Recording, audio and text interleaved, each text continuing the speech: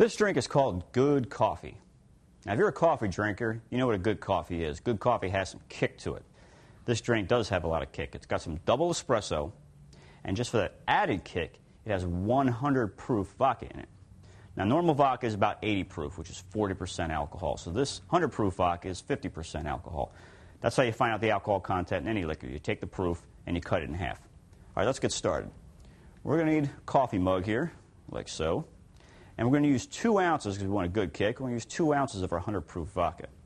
Now, if you keep your vodka in a freezer, this is going to contradict the coffee you're putting into it. So you're going to want the liquor at room temperature. Let's take our jigger, and we'll do 2 ounces of our 100 proof vodka. And you can find there's quite a few of the popular brands. Absolute makes a good 100 proof vodka, along with a couple other brand names. You find them in a liquor store. And we're going to finish off with some double espresso, as much as you might need. This is a rather big mug, so we're going to fill this about halfway, like that. Let's take a good look at that. You're going to drink that in the morning. You'll be raring to go. This is probably what people drank before the big energy drink craze kicked everything going. A little coffee and vodka in the morning. It's good coffee.